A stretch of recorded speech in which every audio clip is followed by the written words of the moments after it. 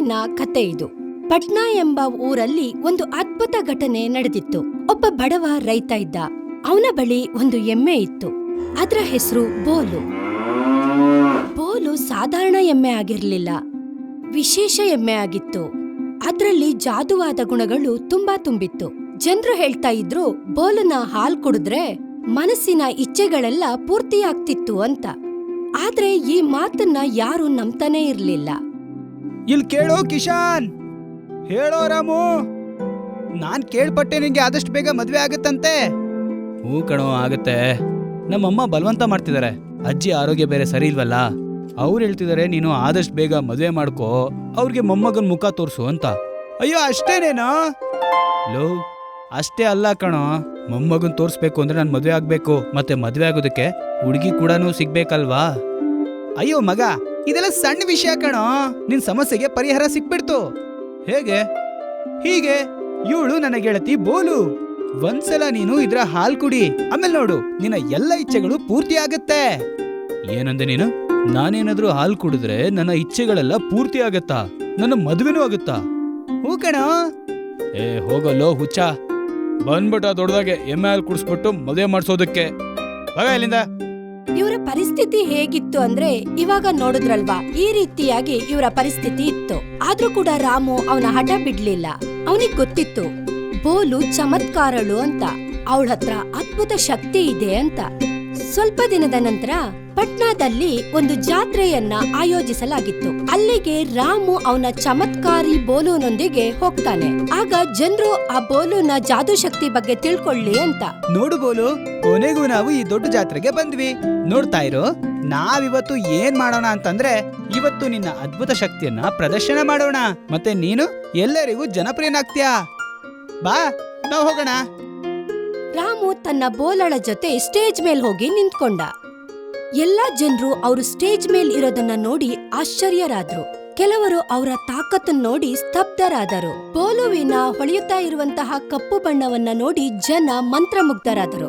ಅರೇ ವಾ ವಾ ವಾ, ಸ್ವಲ್ಪ ನೋಡು ಆ ಎಮ್ಮೆಯನ್ನ, ಎಷ್ಟು ಸುಂದರವಾಗಿದೆ ಅಲ್ವಾ? ಕಪ್ಪುಗೆ ಹಾಗೆ ಗುಂಡ್ಗುಂಡುಗೆ. ಇದೇನ್ ಹೇಳ್ತಿದ್ಯಾ ಮಾಯಾ? ಅದೊಂದ್ ಎಮ್ಮೆ. ಅದೇ ನಿನ್ ಗಂಡನ ಅದ್ರ ಸೌಂದರ್ಯನ ಹೊಗಳೋದಿಕ್ಕೆ. ನಡಿ, ನಾವ್ ಶಾಪಿಂಗ್ ಮಾಡ್ಬೇಕು. ಬೋಲು ಸ್ಟೇಜ್ ಮೇಲ್ ಬಂದ ತಕ್ಷಣ ಎಲ್ರೂ ಕೂಡ ಅದ್ರ ಬಗ್ಗೆನೇ ಮಾತಾಡೋದಕ್ಕೆ ಶುರು ಮಾಡಿದ್ರು. ನಿಮ್ಮೆಲ್ಲರಿಗೂ ಒಂದು ಒಳ್ಳೆ ಸುದ್ದಿ ಇದೆ ಹಳ್ಳಿ ಜನರೇ. ನೀವು ನೋಡ್ತಿರೋಂತ ಇವಳ ಹೆಸರು ಬೋಲು ಅಂತ. ಇವಳು ತುಂಬಾನೇ ಅದ್ಭುತ.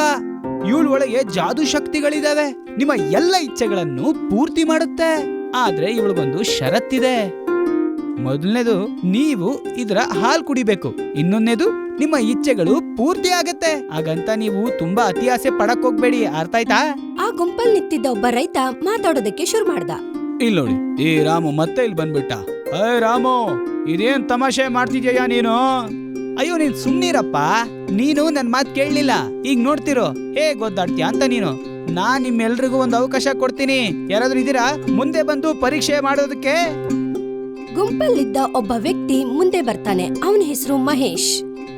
ನಾನೀಗ ಇದರ ಪರೀಕ್ಷೆನ ಮಾಡ್ತೀನಿ. ನಾನ್ ಕುಡಿತೀನಿ ಈ ಎಮ್ಮೆಯ ಹಾಲು.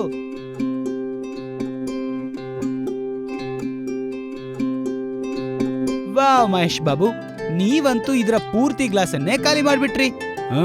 ಈಗ ಹೇಳು ರಾಮು, ನಿನ್ನ ಈ ಅದ್ಭುತವಾದ ಬೋಲು ನನ್ನ ಇಚ್ಛೆನ ಹೇಗ್ ಪೂರ್ತಿ ಮಾಡತ್ತೆ ಹೇಳು? ಬೇರೇನಿಲ್ಲ, ನಿನ್ನ ಇಚ್ಛೆಯನ್ನ ಎಲ್ಲರ ಮುಂದೆ ಒಂದೇ ಒಂದ್ಸಲ ಹೇಳು. ಆಯ್ತು, ನಾನು ಶ್ರೀಮಂತನಾಗ್ಬೇಕು ಅಂತಿದ್ದೀನಿ. ಹೇ ಬೋಲು, ನನ್ನನ್ನ ಶ್ರೀಮಂತನಾಗ್ ಮಾಡು. ಮಹೇಶ್ನ ಮಾತ್ ಕೇಳಿ ಎಲ್ರೂ ಕೂಡ ಮೌನರಾದ್ರು. ಎಲ್ಲರ ಗಮನ ಬೋಲು ಮೇಲೆ ಇತ್ತು. ಆದ್ರೆ ಅಲ್ಲಿ ಏನೂ ಆಗ್ಲೇ ಇಲ್ಲ. ಅರೆ ಇದೇನಪ್ಪ ರಾಮು, ಯಾವ ಚಮತ್ಕಾರನೂ ಆಗ್ಲಿಲ್ವಲ್ಲೋ? ಆಗತ್ತೆ ಇರಿ ಮಹೇಶಣ್ಣ, ಅದು ನಮಗ್ ಕಾಣಿಸಿರಲ್ಲ. ಸ್ವಲ್ಪ ತಾಳ್ಮೆ ಇರ್ಲಿ. ಆಗ ಮಹೇಶ್ನ ಫೋನ್ ರಿಂಗ್ ಆಯ್ತು. ಹಲೋ, ಹಾ ಹೇಳಿ. ಏನು? ನಿಜ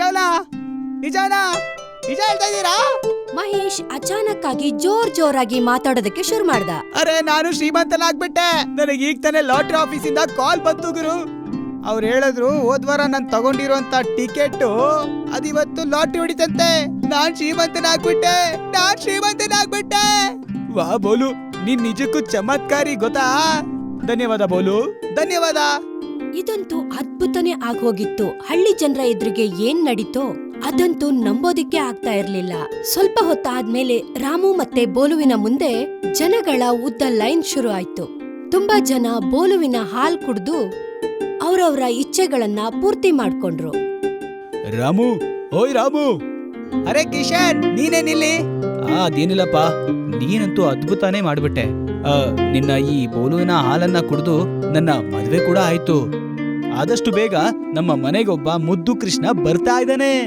ಅರೆ ವಾ ಕಿಶನ್, ನೀನಂತೂ ತುಂಬಾ ಫಾಸ್ಟ್ ಇದ್ಯಪ್ಪ. ಅಯ್ಯೋ ನಾನಲ್ಲಪ್ಪ, ಎಲ್ಲ ನಿನ್ನ ಈ ಬೋಲುವಿನ ಹಾಲಿನ ಪ್ರಭಾವ. ಇತ್ತಗೋ, ಬಾಯಿ ಸಿಹಿ ಮಾಡ್ಕೋ. ಮಾಡು. ಅರೆ ಧನ್ಯವಾದ್ ಕಿಶನ್, ಧನ್ಯವಾದ್. ನಿಧಾನವಾಗಿ ರಾಮು ಮತ್ತೆ ಬೋಲುವಿನ ಜೋಡಿ ಇಡೀ ಊರ್ಗೆ ಪ್ರಚಾರವಾಯ್ತು. ರಾಮು ಬೋಲುವಿನ ಜೊತೆ 2 ಗಂಟೆವರೆಗೂ ಕೆಲ್ಸ ಮಾಡ್ತಾ ಇದ್ದ. ಹಾಗೆ ಸಂಜೆ ಜನರ ಇಚ್ಛೆಯನ್ನ ಪೂರ್ತಿ ಮಾಡ್ತಾ ಇದ್ದ.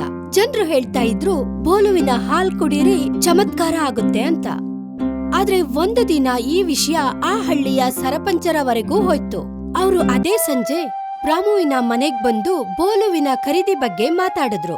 ರಾಮು, ನನಗೆ ನಿನ್ನ ಬೋಲುವನ್ನ ಖರೀದಿಸ್ಬೇಕು. ಏನೋ, ನೀವು ಬೋಲುವನ್ನ ಖರೀದಿಸ್ತೀರಾ? ಆದ್ರೆ ಸರ್ಪಂಚರೇ, ಈ ಬೋಲು ನಮ್ಮ ಹಳ್ಳಿಯ ವರದಾನ. ನಾನು ನಮ್ಮಪ್ಪನಿಗೆ ಮಾತು ಕೊಟ್ಟಿದ್ದೀನಿ, ನಾನು ಇವಳಿಂದ ಎಲ್ರಿಗೂ ಸಹಾಯ ಮಾಡ್ತೀನಿ ಅಂತ. ನೋಡ್ರಾಮು, ಇದೆಲ್ಲ ಹಳೆ ಕತೆ. ಜನರ ಇಚ್ಛೆಗಳನ್ನ ನೀನು ಫ್ರೀಯಾಗಿ ಮಾಡೋದ್ರಿಂದ ನಿನಗೇನ್ ಸಿಗುತ್ತೆ? ಅದ್ರ ಬದಲಿಗೆ ನಾನ್ ನಿನಗೆ 50 ಕೋಟಿಯನ್ನ ಕೊಡ್ತೀನಿ. ಅದನ್ನಿಟ್ಕೋ, ನಿನ್ನ ಜೀವನನ ಬದಲಾಯಿಸ್ಕೋ. ಏನು, 50 ಲಕ್ಷನಾ? ಯೋಚನೆ ಮಾಡು. ಅಷ್ಟು ದುಡ್ಡನ್ನ ನೀನು ಜೀವನ ಸವಿಸಿದ್ರು ಕೂಡ ನಿಂಗೆ ಸಿಗಲ್ಲ. ಸರ್ಪಂಚರ ಮಾತ್ ಕೇಳಿ ರಾಮು ಶಾಕ್ಕೊಳಗಾಗ್ತಾನೆ. ಸ್ವಲ್ಪ ಗೊಂದಲಮಯವಾಗಿ ಆಸೆಯಲ್ಲಿ ಕುರುಡನಾಗ್ತಾನೆ. ಕೊನೆಗೆ ಬೋಲುನ ಸರ್ಪಂಚರಿಗೆ ಮಾರ್ಬಿಡ್ತಾನೆ. ಯಾವ ಹೊಲದಲ್ಲಿ ರಾಮು ನಿನ್ನೆವರೆಗೂ ಕೆಲ್ಸ ಮಾಡ್ತಾ ಇದ್ನೋ ಅದೇ ರಾಮು ಸ್ವಲ್ಪ ದಿನದಲ್ಲಿ ಶ್ರೀಮಂತನಾಗ್ತಾನೆ. ಮನೆ ಕಟ್ಟಿಸ್ತಾನೆ, ಮನೆಗೆ ಕೆಲ್ಸದವ್ರನ್ನ ಇಟ್ಕೋತಾನೆ. ಅವನ ಬಟ್ಟೆ ಬದಲಾಗುತ್ತೆ. ಆದ್ರೆ ಅವನ ಮನ್ಸಲ್ಲಿ ಏನೋ ಒಂದು ಕೊರತೆ ಇತ್ತು. ಅವನು ಖುಷಿಯಾಗಿರ್ಲಿಲ್ಲ. ಪ್ರತಿ ರಾತ್ರಿ ಅವನಿಗೆ ಬೋಲುವಿನ ನೆನ್ಪಾಗ್ತಾ ಇತ್ತು. ಅವನು ಬೇಸರದಲ್ಲಿದ್ದ, ಒದ್ದಾಡ್ತಾ ಇದ್ದ. ಒಂದಿನ ಬೆಳಿಗ್ಗೆ ರಾಮು ತನ್ನ ದೊಡ್ಡ ಮನೆಯಿಂದ ಹೊರಗೆ ಬಂದಾಗ ನೋಡಿದ್ರೆ ಬೋಲು ಅವನ ಮನೆ ಮುಂದೆ ನಿಂತಿದ್ದ. ಅರೆ ಬೋಲು, ನೀನಿಲ್ಲಿ? ರಾಮು, ಇದೇನಿದು? ನಿನ್ನ ಬೋಲು ನಮ್ ಜೊತೆ ಇರೋದಕ್ಕೆ ಲಾಯಕ್ಕೆ ಅಲ್ಲ. ಇದು ನಮ್ಮ ಜೀವನನ ಹಾಳು ಮಾಡಿದೆ. ಸರಿಯಾಗಿ ಊಟ ಮಾಡೋದಿಲ್ಲ, ಕೆಲ್ಸನೂ ಮಾಡೋದಿಲ್ಲ. ಯಾವಾಗ ನೋಡಿದ್ರು ನಿನ್ನ ಮನೆ ಕಡೆ ಅಷ್ಟೇ ನೋಡ್ತಾ ಇರುತ್ತೆ. ನಾನಿನ್ನು ತಡ್ಕೊಂಡಿರಕ್ಕಾಗಲ್ಲ. ನಿನ್ ಬೋಲುನ ಇಟ್ಕೋ. ಸುಮ್ನೆ ನನ್ ದುಡ್ಡನ್ನ ನನ್ಗೆ ವಾಪಸ್ ಕೊಟ್ಬಿಡು. ನನಗಿದ್ರಿಂದ ಬಿಡುಗಡೆ ಕೊಟ್ಬಿಡಪ್ಪ. ಸರ್ಪಂಚರ ಮಾತ್ ಕೇಳಿ ರಾಮು 1 ನಿಮಿಷನೂ ತಡ ಮಾಡ್ಲಿಲ್ಲ. ಅವನು ತನ್ನ ಎಲ್ಲಾ ಕನಸು, ಮನೆ ಎಲ್ಲವನ್ನೂ ವಾಪಸ್ ಮಾಡ್ಬಿಟ್ಟ. 50 ಕೋಟಿ ರೂಪಾಯಿಯನ್ನು ಕೂಡ ಸರ್ಪಂಚರಿಗೆ ವಾಪಸ್ ಮಾಡ್ಬಿಟ್ಟ. ಮತ್ತೆ ಅವನು ಪ್ರೀತಿಯ ಬೋಲುಳನ್ನ ವಾಪಸ್ ಪಡ್ಕೊಂಡ್ಬಿಟ್ಟ. ರಾಮು ನಗ್ತಾ ಇದ್ದ. ಬೋಲು ಪ್ರೀತಿಯಿಂದ ಅವನ್ ಕಡೆ ನೋಡ್ತಾ ಇದ್ಲು. ಮತ್ತೆ ಇದೇ ರೀತಿ ಅವರು ಹಳ್ಳಿಯ ಗಲ್ಲಿಯಲ್ಲಿ ರಾಮು ಮತ್ತೆ ಬೋಲುವಿನ ಜೋಡಿ ವಾಪಸ್ ಬಂದ್ರು. ಎಲ್ಲಿಂದ ಅವರ ಒಳ್ಳೆ ಜೀವನ ಶುರುವಾಯ್ತೋ ಅಲ್ಲಿಂದ.